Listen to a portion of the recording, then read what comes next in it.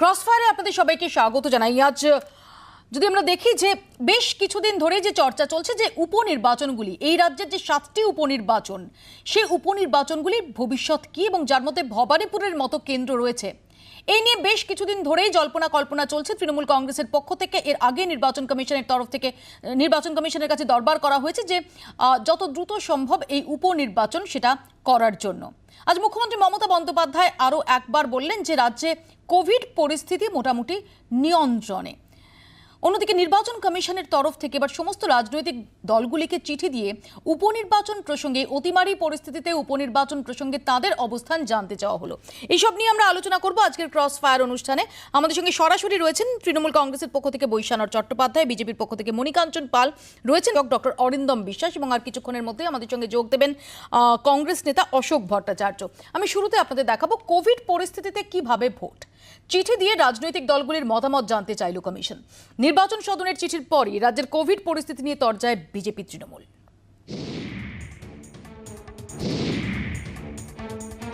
দেশ জুড়ে দ্বিতীয় ঢেউ এখনো শেষ হয়নি, এরই মধ্যে চোখ রাঙাচ্ছে কোভিডের তৃতীয় ঢেউ। এই পরিস্থিতিতে সমস্ত স্বাস্থ্যবিধি মেনে কিভাবে নির্বাচন ও উপনির্বাচন করা যায় তা নিয়ে 5 রাজ্যের স্বীকৃত রাজনৈতিক দলগুলির মতামত জানতে চাইল নির্বাচন কমিশন। 30শে অগস্টের মধ্যে এই বিষয়ে জবাব দিতে হবে রাজনৈতিক দলগুলিকে।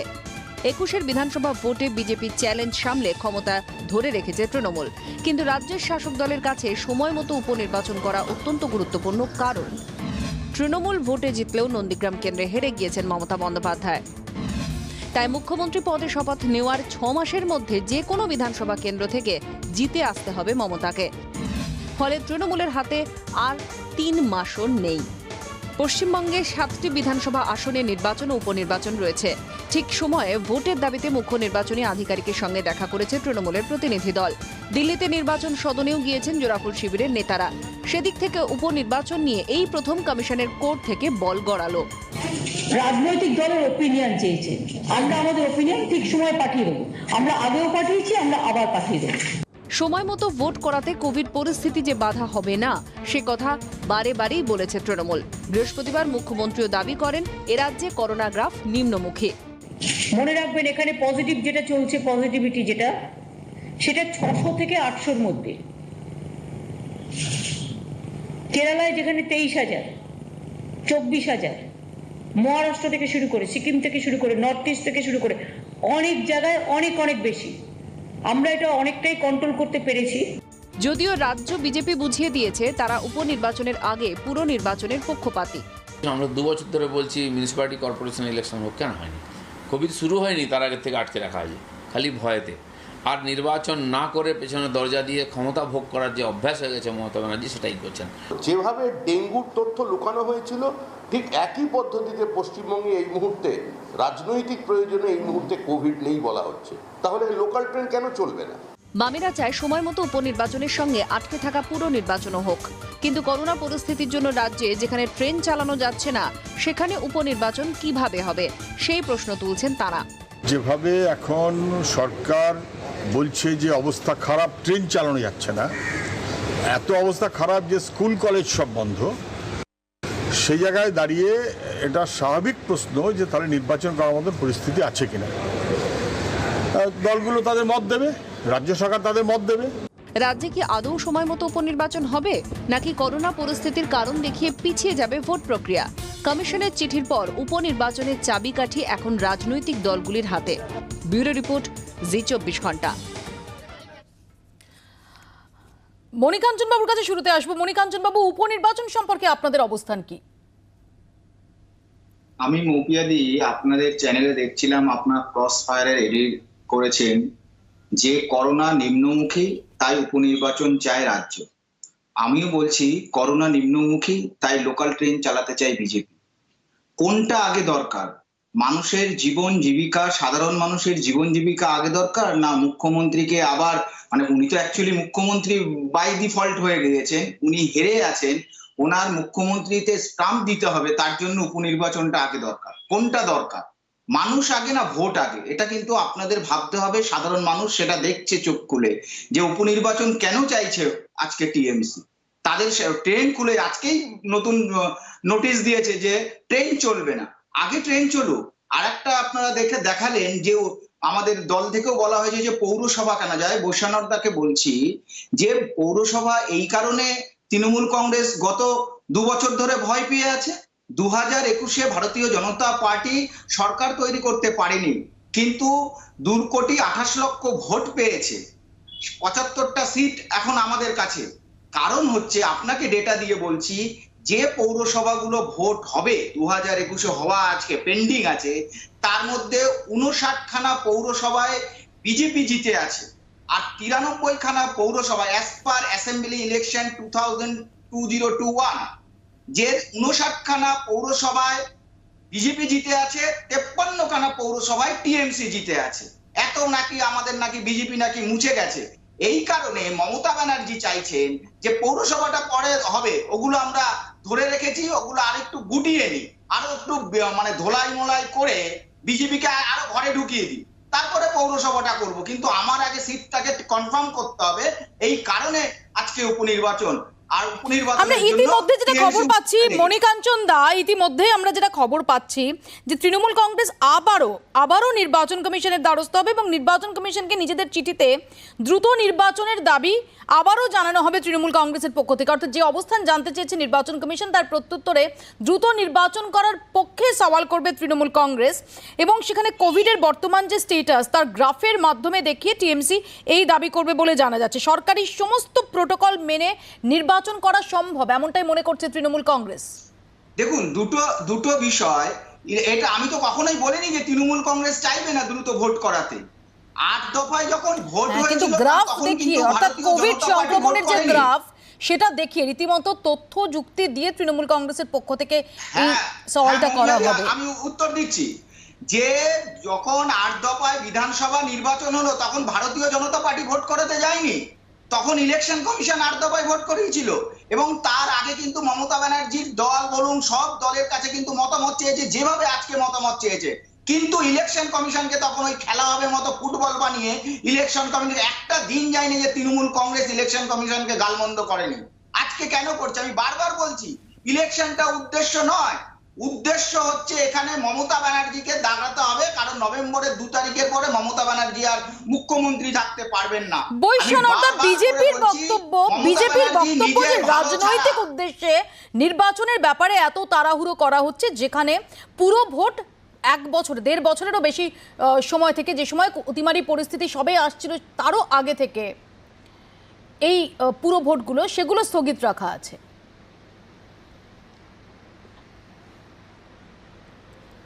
আসলে যাদের দৃষ্টিটা ব্যাকা হয় না, তারা সবটাই ওইরকম ভাবে দেখে। উপনির্বাচনগুলি যদি করবার মতো কোভিডের নিয়ন্ত্রণ হয়ে থাকে এবং কোভিডের গ্রাফটা এখন নিম্নমুখী, এটা তো ডকুমেন্ট, ম্যাটার অফ রেকর্ডস, এটা তো আমাদের কথা বললে হবে না।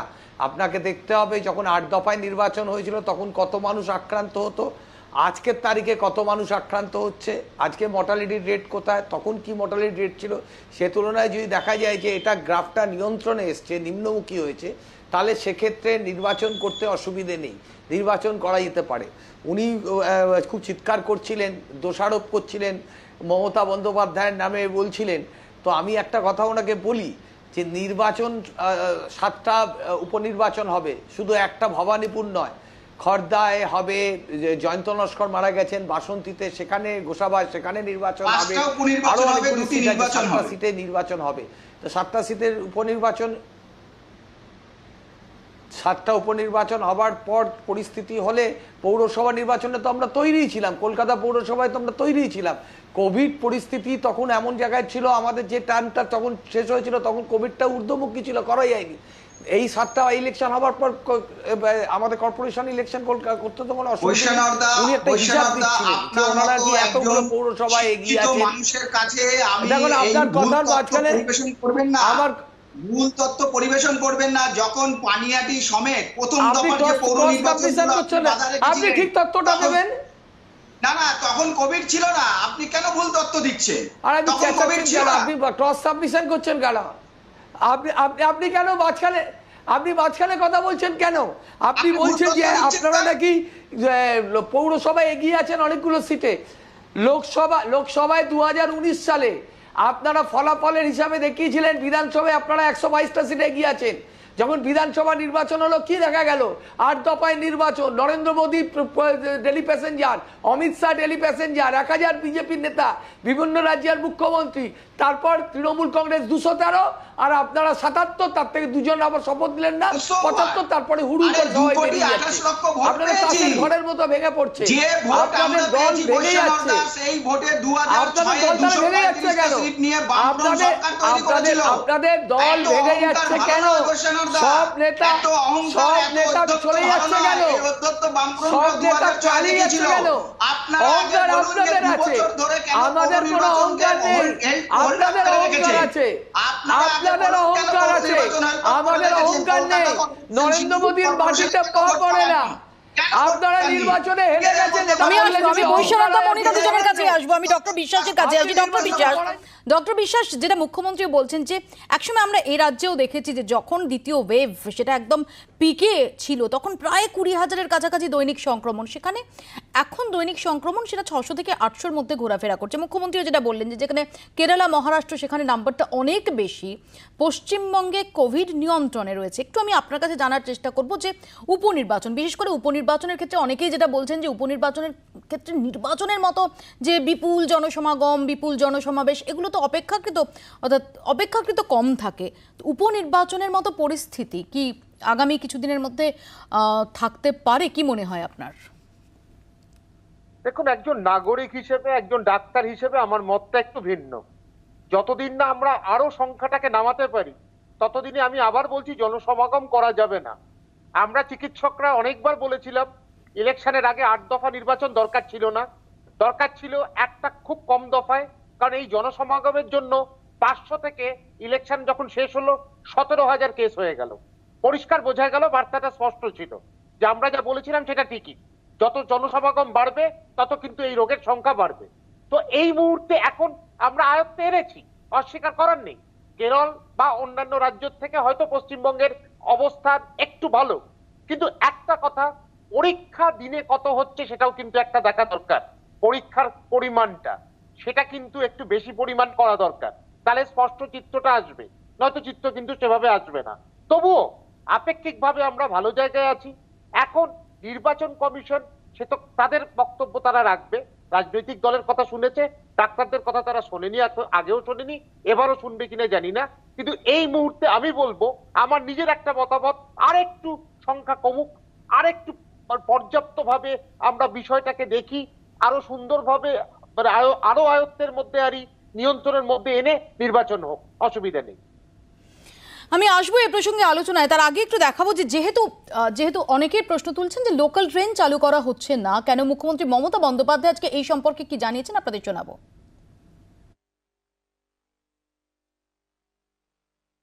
দক্ষিণ 24 পরগনা, হাওড়া, হুগলি, বর্ধমান, নদিয়া, এই জেলাগুলো যেগুলো কাছাকাছি আছে, কলকাতার কাছাকাছি, যেগুলো থেকে লোকেরা রেগুলার চাকরি বাকরি করে যাতায়াত করে, সেটা অনেকটা করে দিতে পারি, 50%ও করে দিতে পারি ভ্যাকসিন, তাহলে আমি রুরাল ট্রেন চালু করে দেবো, আমার কোনো প্রবলেম নেই।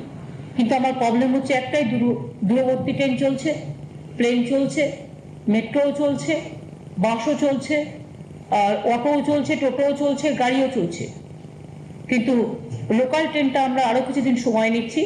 তার কারণ আমাকে থার্ড ওয়েভটা একটু দেখে নিতে হবে। আর থার্ড ওয়েভ এক্সপার্টসরা বলছেন বিশেষ করে বাচ্চারা আক্রান্ত হতে পারেন, কাজে শিশুরা আমাদের ভবিষ্যৎ। হয়তো একসাথে ট্রেনে আমরা বললাম নিয়ম মেনে যান, কিন্তু নিয়ম মেনে তো যাওয়া দূরের কথা, দেখলাম গাদাগাদি করে করে সবাই চলে গেল, পরে প্রবলেম হয়ে যাচ্ছে। লোকাল ট্রেনের ক্ষেত্রে কেন এখনো অবধি ভাবতে হচ্ছে তার যুক্তি মমতা বন্দ্যোপাধ্যায় আজকে দিয়েছেন। ছোট্ট একটা বিরতির পর এ প্রসঙ্গে আলোচনায় ফিরছি, দেখতে থাকুন ক্রস ফায়ার। ফিরে এলাম বিরতির পর, আমি বৈশ্বনাথদার কাছে আসবো। বৈশ্বনাথদা, বিজেপির যেটা বক্তব্য যে লোকাল ট্রেন যখন চালানো যাচ্ছে না এবং একদম যেখানে উদ্বেগের জায়গা রয়েছে, সতর্কতার জায়গা রয়েছে, যে কারণে থার্ড ওয়েভের আশঙ্কার কথাটা স্বয়ং মুখ্যমন্ত্রী তিনি বললেন, সেখানে দাঁড়িয়ে উপনির্বাচনের কথা ভাবা হচ্ছে কেন?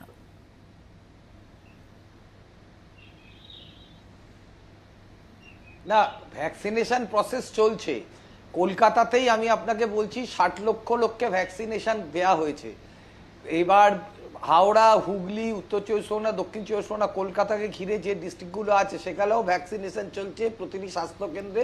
কলকাতার 144টা ওয়ার্ডে হচ্ছে, প্রতিটি যে সমস্ত হাসপাতাল আছে হচ্ছে, সমস্ত জায়গায় হচ্ছে। ভ্যাকসিনেশনটা যদি ঠিকমতো করে করা যায়, তাহলে যদি সেন্ট্রাল গভর্নমেন্ট ভ্যাকসিনটা পাঠায়, তাহলে জেনে রাখুন উইদিন যে শর্ট পিরিয়ডে ভ্যাকসিনেশনটা হয়ে গেলে তাহলে রিস্ক ফ্যাক্টরটা থাকবে না। রিস্ক ফ্যাক্টরের জন্যই লোকাল ট্রেনের ক্ষেত্রে একটু অসুবিধে আছে, কিন্তু সেটা তো মুখ্যমন্ত্রী বলেছেন যে ভ্যাকসিনেশন হলে লোকাল ট্রেনও আমরা স্টার্ট করব। তো সেক্ষেত্রে একটা লোকাল ট্রেন চলছে, লোকাল ট্রেন চলবে, তার সঙ্গে সঙ্গে যদি নির্বাচনের প্রক্রিয়া হয় তাহলে তাতে অসুবিধে কি আছে? আমাদের এখানে রাজ্যের উপনির্বাচনগুলো হয়ে গেলে আমাদের মনে হয় সেটা ভালো হবে, কারণ একটা সময়ের পর তো সেই জায়গাটা না হলে আবার সেটা নিয়ে কথা হবে। আর যদি আমাদের করোনা গ্রাফটাকে আমরা নিম্নমুখী করে হয়েছে যদি কন্ট্রোলড হয়, করোনার থার্ড ওয়েভের জায়গাটা থেকে যদি আমরা বেরিয়ে আসতে পারি, সেক্ষেত্রে এখানে করতে তো কোনো অসুবিধেই নেই। আমি যতদূর জানি কলকাতার 144টা কেন্দ্র মিলিয়ে প্রায় 60 লক্ষ লোককে কলকাতা শহরের উপরে ভ্যাকসিনেশন করা হয়ে গেছে। ফার্স্ট ডোজ তো হয়ে গেছে, সেকেন্ড ডোজও হচ্ছে। সুতরাং সেক্ষেত্রে তো আমাদের যে ইনফ্রাস্ট্রাকচার আছে তাতে তো ভ্যাকসিনেশন করা যাবে। আমি এই প্রসঙ্গে একটু মনিদার কাছে আসবো। মনিদা, আমরা এর আগে কয়েকদিন আগে দেখেছি যে নির্দিষ্টভাবে দেখতে গেলে এই ভবানীপুর, খড়দা, যে সমস্ত জায়গাগুলোতে নির্বাচন হওয়ার কথা, সেই সমস্ত জায়গার তথ্য পরিসংখ্যান দিয়ে যেটা বলা হচ্ছিল তৃণমূল কংগ্রেসের পক্ষ থেকে, যে যেখানে যেখানে কোভিড নিয়ন্ত্রণে সেখানে উপনির্বাচন করতে তো কোনো বাধা নেই। শুধু তাই না, আজকে মুখ্যমন্ত্রী যেটা বলেছেন যে সময় যখন আপনারা 8 দফা নির্বাচনের ব্যাপারে আপনাদের কোনো আপত্তি ছিল না, যখন 8 দফা নির্বাচন হচ্ছিল, যে সময় সেকেন্ড ওয়েভ সেটা পিকে যাচ্ছিল, প্রত্যেক দিন গোটা দেশে লক্ষ ছাড়িয়ে সংক্রমণ হচ্ছিল, সেই সময়েও যখন 8 দফা ইলেকশন হয়েছে তখন রাজ্যের যে পজিটিভিটি রেট ছিল, সেই পজিটিভিটি রেট এখন 1.5-এরও কম। দেখুন, এখানে দুটো বিষয় মৌপিয়াদি আমি অনুরোধ করব, যদি এই মুহূর্তে 6:21 বাজে এখন, এই মুহূর্তে আপনাদের কোনো রিপোর্টার যদি শিয়ালদা, বেলঘরিয়া, দমদম, বিধাননগর, বিরাটি, ব্যারাকপুর এসব অঞ্চলে থাকে, তাদেরকে দিয়ে দেখুন যে স্টাফ ট্রেনের নামে যে ট্রেন চলছে সেই ট্রেনের কি অবস্থা। সাধারণ মানুষ, আমার বৈশ্বনাথদার কাছে খুব সিম্পল কোশ্চেন, যে লোকাল ট্রেন আপনারা চালাতে দেবেন না, বাস মালিকরা বলেছিল 4 লাখ টাকা লোন দিতে, সেই লোন আপনারা দেবেন না, ভ্যাকসিন ভোটের আগে বললেন ফ্রিতে দেবেন, তারপরে 18 লক্ষ কেনার পর হাত তুলে দিলেন সেন্টার দিচ্ছে, রেশন সাধারণ মানুষ পাচ্ছে সেন্টার দিচ্ছে, তো আপনারা কি করছেন? মাননীয়া কি শুধু প্রেস কনফারেন্স, ফটোশুট আর মাঝে মাঝে এদিক ওদিক অন্য রাজ্যে ড্রামা চলছে, নাটক চলছে, বাইরে কিছু করছেন না? আমার প্রশ্ন যে 2রা মে ভোটের রেজাল্ট ঘোষণার পর থেকে আপনারা সাধারণ মানুষকে কি দিয়েছেন? আপনারা ট্রেন চালাবেন না, কিন্তু গ্রামগঞ্জের সেই মানুষটিকে চিন্তা করুন যে দুটো রোজি রোজগারের জন্য এই কলকাতা শহরে আসে, সেই লোকটি আসবে কোথা থেকে? সেই লোকটিকে আপনারা কি দিয়েছেন? সেন্টার দিচ্ছে আর আপনারা শুধু আঙুল তুলছেন, এর বাইরে কিছু নয়। আর পরিস্থিতি মৌপিয়াদি বিনামূল্যে রেশন, বিনামূল্যে স্বাস্থ্য, বিনামূল্যে শিক্ষা, আপনারা ওই জানেন না 16ই আগস্ট থেকে 16ই সেপ্টেম্বর দুয়ারে সরকার হচ্ছে। আপনি তো চিৎকার করে যাচ্ছেন, বলছি আমাকে, আপনি চেঁচিয়ে যাচ্ছেন, মুশকিল ব্যাপার। ভারতীয় জনতা পার্টির যুব মোর্চার ব্যানারে মশাল র্যালি ছিল, আমাদের মশাল র্যালি করতে দেয়নি, কারণ দেখিয়েছে ডিজাস্টার ম্যানেজমেন্ট অ্যাক্ট 2015 লড়তে চাইছেন না, নির্বাচনে পরাজিত হবেন এই ভয়ে লড়তে চাইছেন না, সম্পাদক নির্বাচনে হেরে যাবেন তাই জন্য উপনির্বাচন ফেস করতে চাইছেন না। আমি আসবো এই প্রসঙ্গে আলোচনায় ফিরবো। আমাদের সঙ্গে ইতিমধ্যে এসে যোগ দিয়েছেন কংগ্রেসের পক্ষ থেকে অশোক ভট্টাচার্য। আমি অশোকদার কাছেও যাবো, তার আগে একটা ছোট্ট বিরতির সময় হয়েছে, ফিরে আসছি বিরতির পর। দেখতে থাকুন ক্রস ফায়ার। ফিরে এলাম বিরতির পর। আমি অশোকদার কাছে জানতে চাইব, অশোকদার, নির্বাচন কমিশন যে রাজনৈতিক দলগুলির কাছ থেকে জানতে চেয়েছে যে অতিমারী পরিস্থিতিতে নির্বাচন হবে কিভাবে, এই সম্পর্কে আপনাদের কি অবস্থান? দেখুন, আমরা প্রথম থেকে এই কথাটা বলে এসেছি, নির্বাচন কবে হবে, কিভাবে হবে, এটা নির্বাচন কমিশন ঠিক করবে, একটা স্বাধীন সংস্থা। এখন প্রশ্নটা হচ্ছে যে বিজেপির রাজত্বে যেটা আমরা বারংবার দেখেছি মৌপিয়া, যে এই ধরনের অটোনমাস ইনস্টিটিউশনগুলোর যে স্বাধীনতা সেটা বারবার খর্ব হয়েছে, এবং এটা নতুন কোনো কিছু নয়। নির্বাচন হবে কি হবে না, কিভাবে হবে, হলে তার কোন কোন পদ্ধতি, সে সমস্তটাই নির্বাচন কমিশন সর্বদলীয় বৈঠক ডেকে মিটিং করবেন, তারপরে তার সিদ্ধান্ত গৃহীত হবে। এইটাই খুব স্বাভাবিক প্রক্রিয়া। এখন প্রশ্নটা হচ্ছে পুরনির্বাচন, আমরাও বলেছি পুরনির্বাচন চাই, আজকের কথা না আমাদের দীর্ঘদিনের দাবি, কিন্তু পুরনির্বাচন কেন হচ্ছে না তার জন্য বিধানসভার উপনির্বাচনের বিরোধিতা। এর থেকে জলো যুক্তি আর কিছু হয় না। বলে লঙ্কায় রাবণ মল্ল আর বেহুলাকে বিধবা হলে, বিজেপির যুক্তিটা অনেকটা এইরকম। এরপরে যেটা সিপিআইএম তো বলছে, সুজন চক্রবর্তীও বলছেন, সুজন চক্রবর্তীও একই কথা বলছেন। তিনি বলছেন যে যেখানে পুরনির্বাচন এই কোভিডের কথা বলে হচ্ছে না, তিনি বলছেন যে বামেরা তারা চান যে সময় মতো উপনির্বাচনের সঙ্গে আটকে থাকা পুরনির্বাচন হোক, কিন্তু করোনা পরিস্থিতির জন্য রাজ্যে যেখানে ট্রেন চালানো হচ্ছে না সেখানে নির্বাচন হবে কি করে? এই কথাটা আমি আসছিলাম যে আমরাও একই কথাই বলছি, এটা আলাদা কোনো কথা নেই, এটাই খুব স্বাভাবিক। এখন ট্রেন নিয়ে যে প্রশ্নটা উঠছে এটা খুব খুব সঙ্গত প্রশ্ন। এটার দল মত দলীয় রং মানে নির্বিশেষে এই কথাটা বলার দরকার। কারণটা হচ্ছে যে ট্রেনগুলো চলছে স্টাফ স্পেশালের নামে, যদি সেখানে দেখা যায় বাদুর ঝোলা ভিড় হচ্ছে গত এক সপ্তাহে, ট্রেন চলছে, লোক যাচ্ছে, টিকিট ইস্যু করা হচ্ছে, অথচ বলা হচ্ছে লোকাল ট্রেন চলছে না, মানে একটা অদ্ভুত ধোঁয়াশে পরিবেশের মধ্যে বাংলার মানুষকে ফেলে দেওয়া হচ্ছে। মানে এর থেকে পরিত্রাণের উপায় বের করতে হবে সংশ্লিষ্ট রাজ্য সরকারকে। ডক্টর বিশ্বাসের কাছে আমি এখানে আসবো। ডক্টর বিশ্বাস, এই লোকাল ট্রেন নিয়ে যাবতীয় যা চাপানুতোর চলছে গত বেশ কিছুদিন ধরে, এটা ঠিকই যে বহু মানুষকে রুটি রুজির তাগিদে বিভিন্ন শহরতলি থেকে প্রতিদিন কলকাতায় আসতে হয় এবং এই অতিমারি পরিস্থিতিতে সেটা খুব খুব কঠিন হয়ে যাচ্ছে। কিন্তু মুখ্যমন্ত্রী আজকে যেটা বলেছেন যে যেহেতু ভ্যাকসিনেশন চলছে, একটা নির্দিষ্ট সংখ্যা অবধি ভ্যাকসিনেশন না করে লোকাল ট্রেন চালানোর ব্যাপারে তিনি ঝুঁকি নিতে চাইছেন না, যেহেতু তৃতীয় ঢেউয়ের ভ্রুকুটি রয়েছে। এই সম্পর্কে আপনার কি মত? দেখুন, তৃতীয় ঢেউ, তৃতীয় তরঙ্গ কবে আসবে, কিভাবে আসবে, সেই আলোচনাটা আমরা নিশ্চয়ই করব। তার জন্য এই মুহূর্তে লোকাল ট্রেনের একটা বিষয়, আমাদের বক্তব্য স্পষ্ট একজন চিকিৎসক হয়ে, যে লোকাল ট্রেন হলেই কিন্তু মানে জনসমাগম হবে, প্রচুর মানুষের ভিড় হবে, ঠেলাঠেলি হবে, ধাক্কাধাক্কি হবে, সেইখানে কিন্তু রোগটা বেড়ে যাওয়ার একটা সম্ভাবনা আছে। আর এই যে কেন আমরা কোভিডটাকে ভয় পাচ্ছি, পরিব্যক্তির জন্য, মিউটেশনটার জন্য। কারণ এই যে বংশবৃদ্ধি হয় ছড়িয়ে গেলে তখন কিন্তু মিউটেশন হতে পারে এবং মিউটেশনটা কিন্তু খুব বিপজ্জনক আকার নিতে পারে। সেই জায়গা থেকে আজকে লোকাল ট্রেন যদি আমরা খুলে দিলে কিন্তু এই সম্ভাবনা থেকে যায় আবার নতুন করে সংক্রমিত হবার। সেই সংক্রমণের সংখ্যাটা যদি বাড়তে থাকে তখন কিন্তু মানুষকে আবার একটা বিপজ্জনক জায়গায় ঠেলে দেওয়া। সেইখানে আমি 50% বলবো না, 60%-র আগে প্রতিষেধক যতক্ষণ না হবে, তবে প্রতিষেধকের যেন অপ্রতুলতা না থাকে, প্রতিষেধকের প্রক্রিয়াটা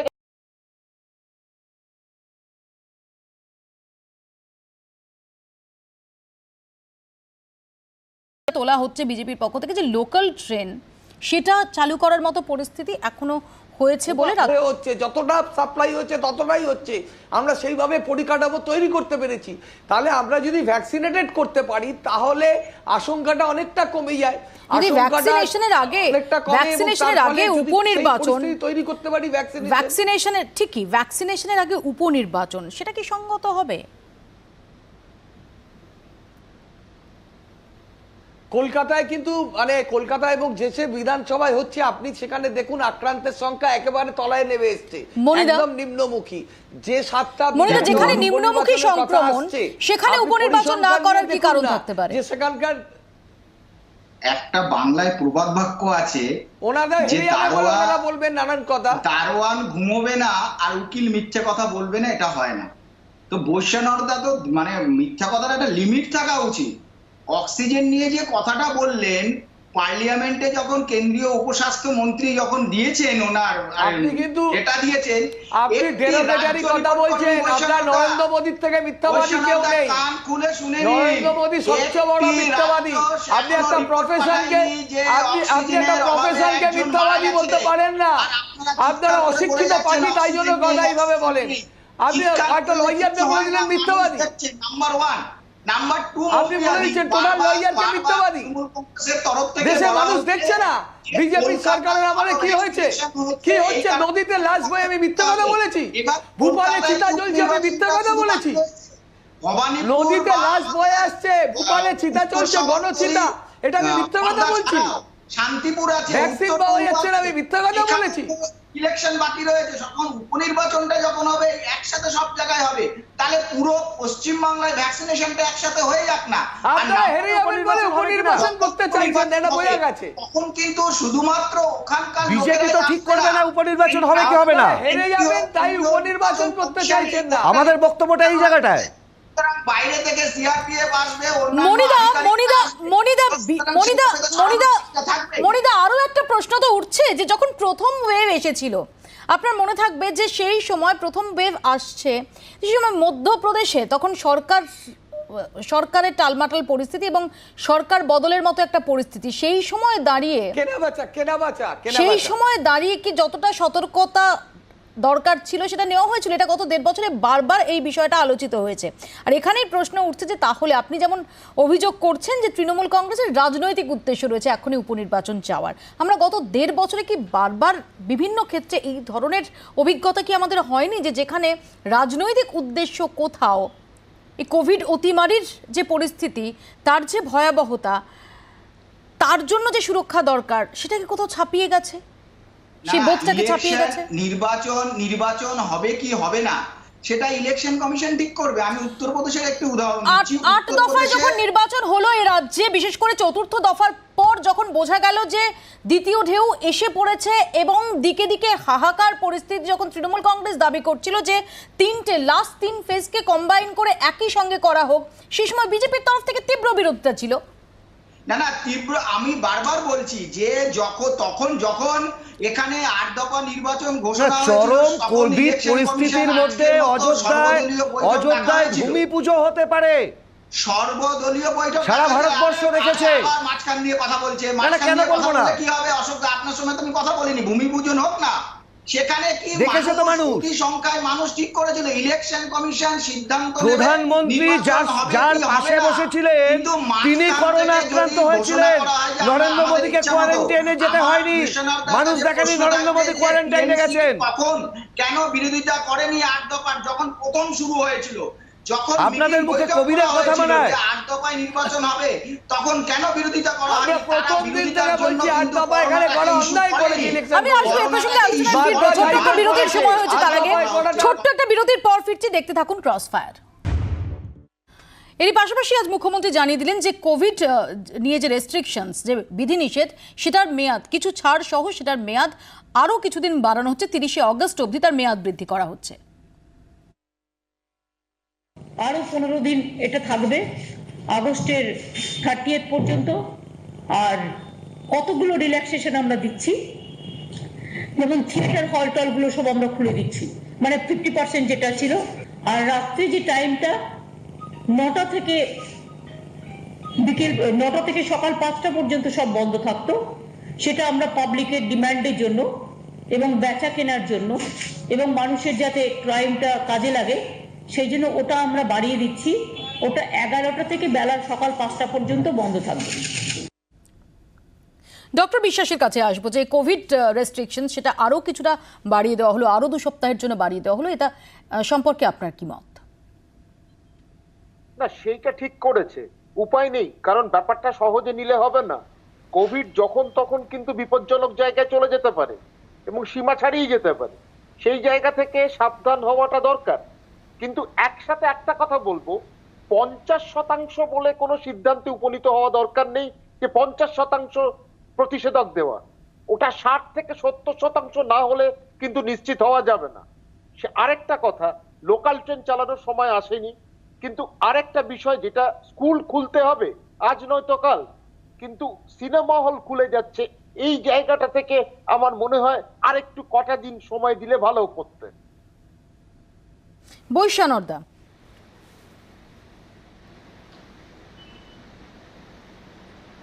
দেখুন, জনজীবনকে তো আস্তে আস্তে স্বাভাবিকের পথে ফেরানোর চেষ্টা করতেই হবে সবাই মিলে। তো এই জায়গাটা বুঝতে হবে যে উপনির্বাচন নিয়ে কথা হচ্ছিল, উপনির্বাচনের প্রয়োজনীয়তা আছে, জনজীবনকেও স্বাভাবিক করার প্রয়োজনীয়তা আছে। আসলে বিজেপির একটা বিষয় হলো, মমতা বন্দ্যোপাধ্যায় যাই ভালো কাজ করুক, বিনামূল্যে রেশন, বিনামূল্যে শিক্ষা, বিনামূল্যে স্বাস্থ্য, তফসিলি বন্ধু, দুয়ারের সরকার, সমস্ত কিছু প্রকল্পের কাজ হচ্ছে, কিন্তু ওনারা সমালোচনা নিন্দা ছাড়া কিছু জানেন মনিদা। না। সেই জন্য মমতা বন্দ্যোপাধ্যায় যাই উন্নয়নের কাজ করুক, যাই মানুষের জন্য কাজ করুক, তাতেই ওরা সমালোচনা করবে। না, আজকে তৃণমূল কংগ্রেস একটা সমালোচনা চিঠি দিয়েছে, এই যে নির্বাচন দরকার বৈষ্ণবদা দিয়েছে, এত কথা আলোচনা বললেন হবে, তাতেও যে সমালোচনা। বিনামূল্যে রেশনটা কে দিচ্ছে দাদা? ভ্যাকসিনটা তো বলেছিলেন আপনারা বিনামূল্যে দেবেন, ভ্যাকসিনটা কে দিচ্ছে? একবার রাজ্য সেটা সরকার বলুন। দেখুন, দিচ্ছে, রাজ্য সরকার কম বেশি হতে সমস্ত পারে। মানুষকে আপনি বৈষ্ণবদা দিয়েছেন না ভ্যাকসিন, রাজ্য সরকারের কন্ট্রিবিউশন আছে, ইনফ্রাস্ট্রাকচারটা আপনি জানুন। কেন্দ্রীয় সরকার ফ্রিতে বিনামূল্যে মনিদা। দেশের রাজ্যে যেটা মনিদা, হচ্ছে, মনিদা, এই যে উপনির্বাচনের এখন উপনির্বাচনের আপনারা বিরোধিতা করছেন, তৃণমূল কংগ্রেসের একাংশের অভিযোগ, তারা অভিযোগ করছেন যে আপনারা তো বিধানসভা নির্বাচনে আপনারা 200 পার, এটা আপনাদের কনফিডেন্স ছিল, আপনারা সেটা করতে পারেননি, আপনারা এখানে সরকার করতে পারেননি। আপাতত মমতা বন্দ্যোপাধ্যায় তাকে একটু বেকায়দায় যাতে ফেলা যায়, উপনির্বাচনটা না হোক, আপনাদের এই দাবির নেপথ্যে এই কারণটা রয়েছে। না, আমি যেটা মৌপিয়াদি বলছি, তাহলে 2 বছর আগে কিন্তু মমতা ব্যানার্জি বলেছিলেন 42 চাই, সেটি পারেনি, সেটা 42 তো পারেনি, উল্টে আমরা 2 থেকে 20 18তে চলে গেছি। তো তার জন্য কি মমতা ব্যানার্জি ফেলেনি? আমাদের কাছে দলের থেকে দেশ বড়। আমরা কোথাও বলিনি যে তৃণমূল কংগ্রেস করে বলে পশ্চিমবঙ্গের জিএসটি থেকে শুরু করে স্কিম থেকে শুরু করে কোন ক্ষেত্রে টাকা দেওয়া হয়নি। এবং তাহলে নাও হোয়াট, আমি অশোকদার কাছে আসি, যে তাহলে কি অশোকদা, তাহলে কি অশোকদা, তাহলে এখন কি, এখন দেখুন, এখন উপনির্বাচন না। মৌপিয়া একটা কথা এখানে আলোচনায় উঠে আসলো, এই যে ভ্যাকসিন কেনার কথা, যেটা আমরা কিন্তু কোম্পানি বানিয়ে দিয়েছে। মনিদা এক সেকেন্ড, মনিদা, যেটা আমরা প্রথম থেকে বলে এসেছি, ধরে নেওয়া যায় যে একটা মানে আমার শত্রু কোনো দেশ আমাকে আক্রমণ করলো, তো বাংলার উপর আক্রমণ হয়, বিহারের উপর আক্রমণ হয়, তাহলে বিহার সরকার কি কেন্দ্রীয় সরকারের থেকে অস্ত্র কিনবে? না পশ্চিমবঙ্গ সরকার কেন্দ্রীয় সরকারের থেকে অস্ত্র কিনবে? এই ভ্যাকসিন কেন রাজ্য সরকারগুলোকে কিনতে হবে, এটা ছিল আমাদের প্রথম কথা। এই ভ্যাকসিন দিচ্ছি, এটার মধ্যে কোনো দয়া দাক্ষিণ্য নেই, কারোর কোনো দয়া দাক্ষিণ্য নেই, এইটাই রাষ্ট্রের দায়। এই দায়টাকে পালন করতে পারছে কি পারছে না সেটা বড় কথা। এবার প্রশ্ন হচ্ছে উপনির্বাচন। আবার বলছি, মনিদা দাঁড়ান, বলতে দিন 12 ফেব্রুয়ারি 2020 রাহুল গান্ধী বলছেন করোনা হেলথ এমার্জেন্সি। আপনাদের স্বাস্থ্যমন্ত্রী 13 ফেব্রুয়ারি বলছেন corona is not any health emergency. তাই কোভিড পরিস্থিতির মধ্যে কি হবে কি হবে না তার তারপরও আমরা দেশে নমস্তে ট্রাম্প দেখেছিলাম, নমস্তে ট্রাম্প দেখেছি, ভূমি পূজন দেখেছি। আমাদের সময় একদম শেষ। এই মুহূর্তে দাঁড়িয়ে উপনির্বাচনগুলির ভবিষ্যৎ কি, এবং অন্য সময় হলে হয়তো উপনির্বাচন নিয়ে এত বেশি আগ্রহ থাকে না, কিন্তু এবার নিঃসন্দেহে উপনির্বাচন, বিশেষ করে ভবানীপুর কেন্দ্রের উপনির্বাচনের ভবিষ্যৎ নিয়ে রাজনৈতিক মহল তাদের আগ্রহ খুব স্বাভাবিকভাবেই তুঙ্গে। সেখানে দাঁড়িয়ে নির্বাচন কমিশন এই প্রথম একটা পদক্ষেপ করলো, যে দাবি তৃণমূল কংগ্রেসের তরফ থেকে করা হচ্ছিল, দরবার করা হচ্ছিল যে উপনির্বাচন করা হোক। নির্বাচন কমিশন সমস্ত রাজনৈতিক দলগুলোর কাছ থেকে তাদের অবস্থান জানতে চাইছে। আবারও আপনাদের জানাচ্ছি, তৃণমূল কংগ্রেস সর্বশেষ আমরা যেটা জানতে পারছি যে তৃণমূল কংগ্রেস তারা গ্রাফ তুলে ধরে নির্বাচন করা যাতে হয় দ্রুত, সেই ব্যাপারে আর্জি জানাবে নির্বাচন কমিশনের কাছে। শেষ অবধি বাকি রাজনৈতিক দল তাদের কি অবস্থান হয় এবং কি সিদ্ধান্ত নেয় নির্বাচন কমিশন, সেটাই এই মুহূর্তে লাখ টাকার প্রশ্ন। আপাতত ক্রসফায়ার এখানেই শেষ করছি, দেখতে থাকুন জি 24 ঘন্টা।